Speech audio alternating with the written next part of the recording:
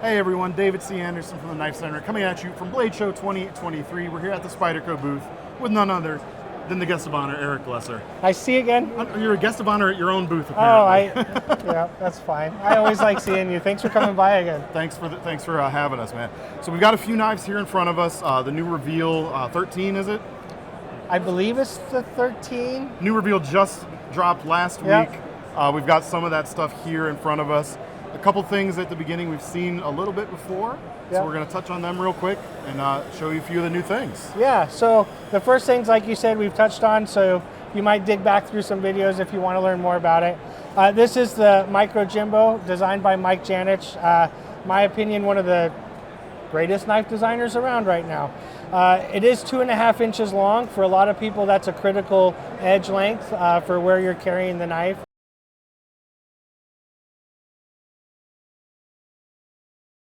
And the Yo Jumbo, those were hollow grinds, so the flat grind does bring some new elements to it. One of the things I love most about this knife is the thickness of the blade. It uses a 145 thou thick finished blade at 2.5 inches long, which is just with the full flat, gives you a lot of stout blade, but wonderful cutting. Also for the compression lock in that thickness, it brings a lot of strength to the plate. With the guard up here too, you can really get a full handle on it, get your thumb on top and really feel secure that that knife's not going anywhere. He also has a deep pocket wire clip on this one, and for a 2.5 inch knife with a deep pocket wire clip, full flat, just a wonderful combination. Yeah, tuck right out of the way until you need it, for sure.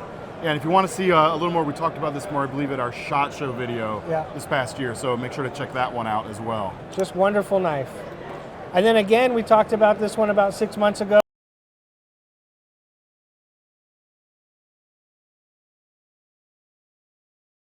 Camo S110B. And it's the Military 2. Military 2 is the model. So I definitely say you might want to look back, see some of the differences from the original Military to this one. The biggest though is the compression lock. The old one had a liner lock. With the compression lock, it's giving it, again, a tremendous amount of strength, wonderful action. On this one too, as an engineering change that we've really never done before, on the inside, if you were to pull this thing apart, there's a track that we engrave for the ball bearing. And that's going to give you wonderful action, and then when it drops in for that self-close and detent, it just drops in just where it's supposed to, gives you a slight bit of pullback. So when it comes to the ball detent, there's some really cool CQI on this one as far as the tracking on how we do it, the ball sizing and everything as far to give you that action and that self-close. But all in all, there's a lot of CQI to this knife, and that's just one element of it. Cool. Yeah, check it out. I think it was last year at Blade Show, we did one real quick with you of this and the original Military. We did some full-on comparisons there. Check out that video as well. And as I look at that too, with the G10, it's got that camo on top. So they take that fiber or that fabric, they lay on the top fabric, then they put all the resins in and they press it. So it's just that top layer, but it's in there, it's not going anywhere. And there are no two the same, because they take that fabric, which is a big sheet, then they cut it out, which it's all random. And so from front to back, from knife to knife, every single one of them is different. Very nice. Cool. We'll stick with the big knives here, but you guys are continuing to push the lightweights. Yes, this is the Chief. In many regards, I consider ourselves one of the lightweight kings of the world. When it comes to molded handles, there's not many people that do as much or as well as we do. Should we say the lightweight heavyweights? Lightweight heavyweights, yeah. This in a lot of ways is a lightweight heavyweight too. Right. With this blade thickness, with this lockback, it's going to give you wonderful action. You can hear the snap. The self-close is just a wonderful self-close with the pull shut, so you feel secure in the pocket. But when you overcome it, it just wants to open up. It has no liners on the inside, so we press the threads into the handle, which is really going to reduce the weight, but also give you that four-way clip. The bidirectional texturing, the screw-together construction, the full flat grind, the BD1N. If you're looking for a knife with a little bit of size, a little bit of power, but easy to carry, the Chief is going to be hard to beat. One of the best ones around. Yeah, we like to call those the Big Easy knives. So we got a video on that as well. I'm just telling, you're watching this video, I'm just telling everyone to watch other videos. Oh yeah, there's there's a lot of info out there. The more you learn, the better we look. We may, Now the lightweight really, or the FRN there really transforms the feel of the knife. It's still got that stoutness, so you've still got that full thickness lock back there. But yeah. And the balance on a knife, the bigger those knives get, the more you start thinking about balance. So you still have a closed construction all the way through the back to help bring some of that balance too. Yeah, very large lanyard hole so that you could, tie large lanyards to it. Very generously sized screws, so that thing's easy to bolt together and it's not going anywhere. Just a beautiful knife. Yeah. And there were a few different versions unveiled in the reveal right now. Yeah, we are going to be doing Spy 27 and all black, and we'll be having our very fully serrated, those kind of things. Very cool. Very cool. Next up. This is the leaf jumper, built in K390. Again, I hate to keep referencing old stuff, but K390 is a wonderful steel, one of the hardest steels in the market right now. As far as edge retention and wear resistance, again, it's one of the best in the industry. Tends to get a patina on it. For some of these super hard steels, I think it is fairly good in its corrosion resistance. Not that it will never rust, but it's fairly good. It's also fairly tough. This is where I really like this, is we can put this in serrations, and those serrations aren't going to break off. So when you get in the mid 60s or 68, 69, 70 Rockwell, be able to make it in teeth, that's a feat. That's a real feat. And so K390, we're expanding the line. This is the leaf jumper, designed to give you a really full handle, but with a generous guard and a generous hook at the back, so you're not going to slide up or slide down on this thing.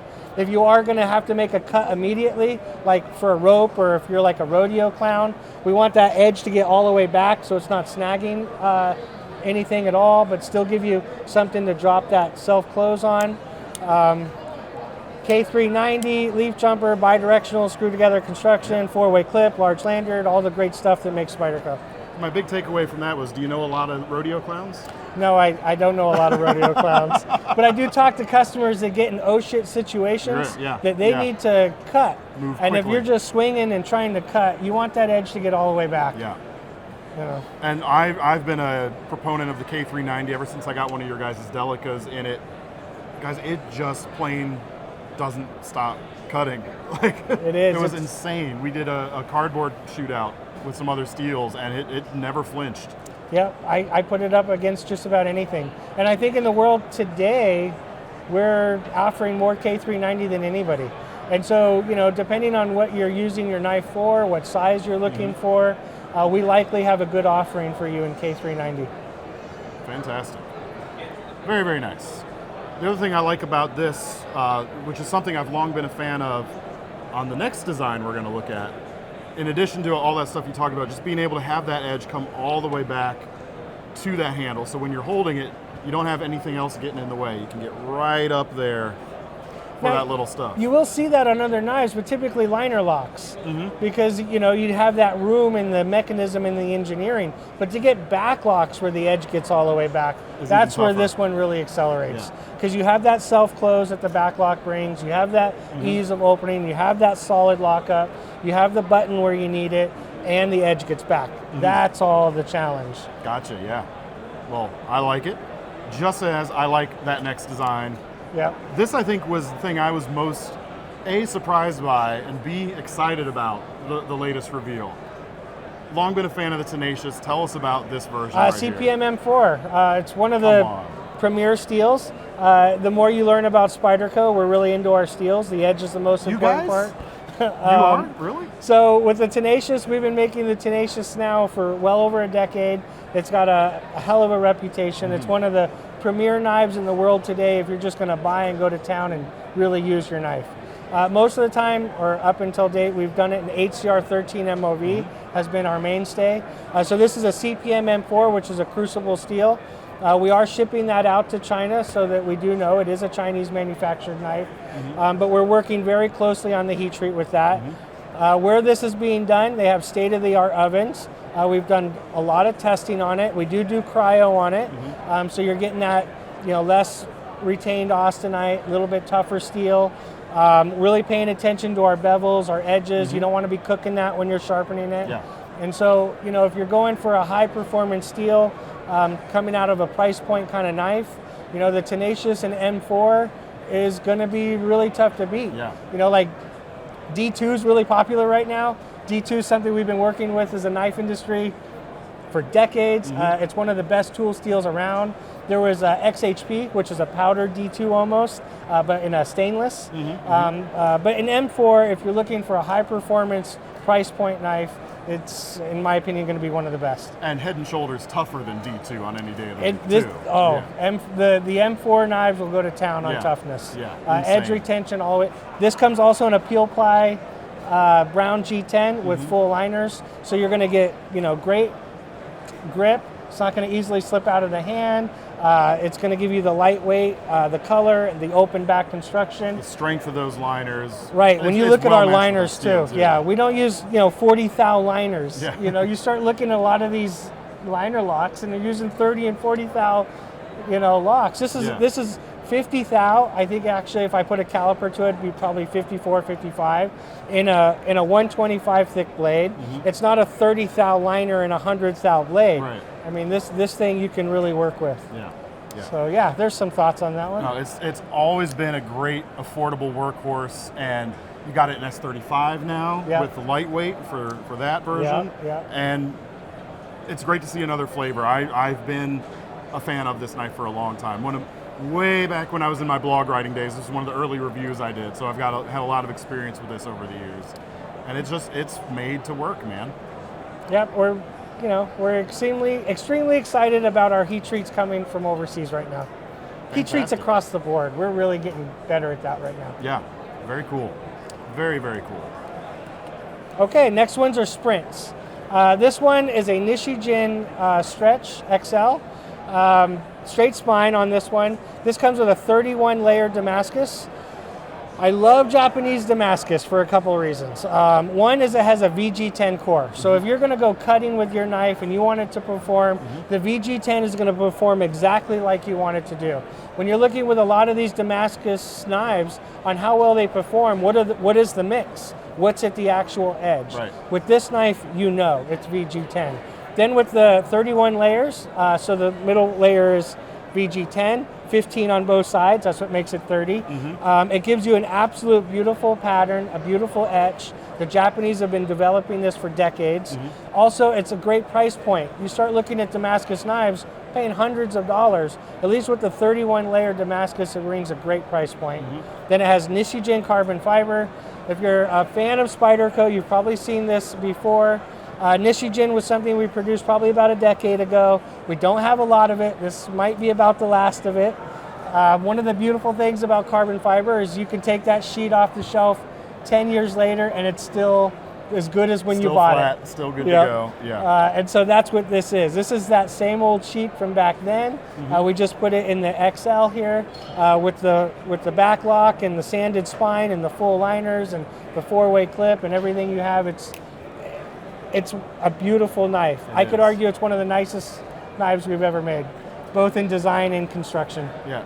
Well, you folks on this channel who have seen some of the videos that we've done with Seth talking about this knife, he would agree with you because it is a great workhorse. It's got great lines, and these materials really do set it off. So yeah, we're excited about that sprint. It'll probably come and go quickly. And you still have, this is another kind of big easy knife in a way. You've got the length, you've got the size, but it's not too girthy or bulky. You've got great slicing with that thin blade there. Yeah. That view you're looking at too is one of my favorite because you see the sanded spine and then you see the VG10 core all the way down. So yeah, you're looking at that along the spine. It's a beautiful view. Indeed. So that's one of the two sprints we have here. We got one more.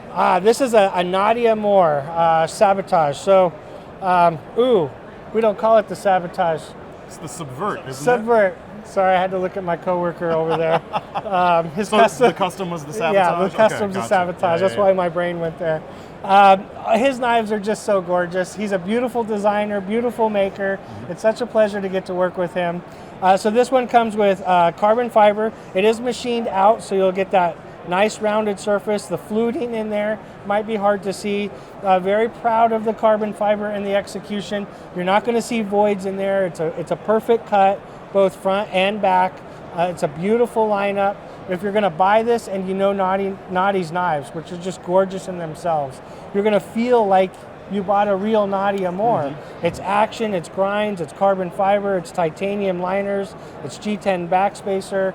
I mean, it's just the execution is just absolutely gorgeous on this piece. It's just beauty. Well, it's definitely got that like custom character, like the thickness of these liners. I mean, there's frame locks that people make that aren't as thick as these liners. Yeah, and it doesn't have the interface. You know, we do a stainless interface on some and not on others, and one of the big factors on that is how thick is the titanium, how thick is the blade, what's that lineup going to be, and oftentimes I don't like that interface. I like the walk and talk and the feel of the titanium rubbing the blade. Sometimes I like this feel of the interface. You know, if it's a thinner knife and it's a flipper and you're swinging the thing open a lot, you know, sometimes I want that interface. But with this one, it's a beautiful combination without. Well, it definitely feels good. It's smooth and fluid. Like I said, it's got that kind of custom styled feel with down to the dimensions of the elements here. I think is the thing that's making me think that it really does have that super high end feel, different from most production knives these days, I would say. And then we do the custom pivots and the little things that make you feel like it's a real custom. Yeah, it feels great. Yeah. Whether you want that to be a safe queen or a user, man, you can't go wrong with either of those things in mind. And again, like the stretch, I think it's going to come, go, and be gone. And then 20 CV on that. It's about a 4-inch blade, it looks like. Yep, huge fan of 20 CV, M390, 204P. Those 3 seals are just absolutely wonderful. Yeah. Their edge retention, their toughness, their corrosion resistance. One of my very favorites. Fantastic. Well, that's all we've got to look at today. They aren't available just yet, but you can pre-order all of these at the KnifeCenter. We should have a link below that'll take you to our Spyderco page where you can find all of these. Eric, thank you so much. Oh, thank you. We always appreciate your time. Yeah. Keep sticking around for more Blade Show coverage.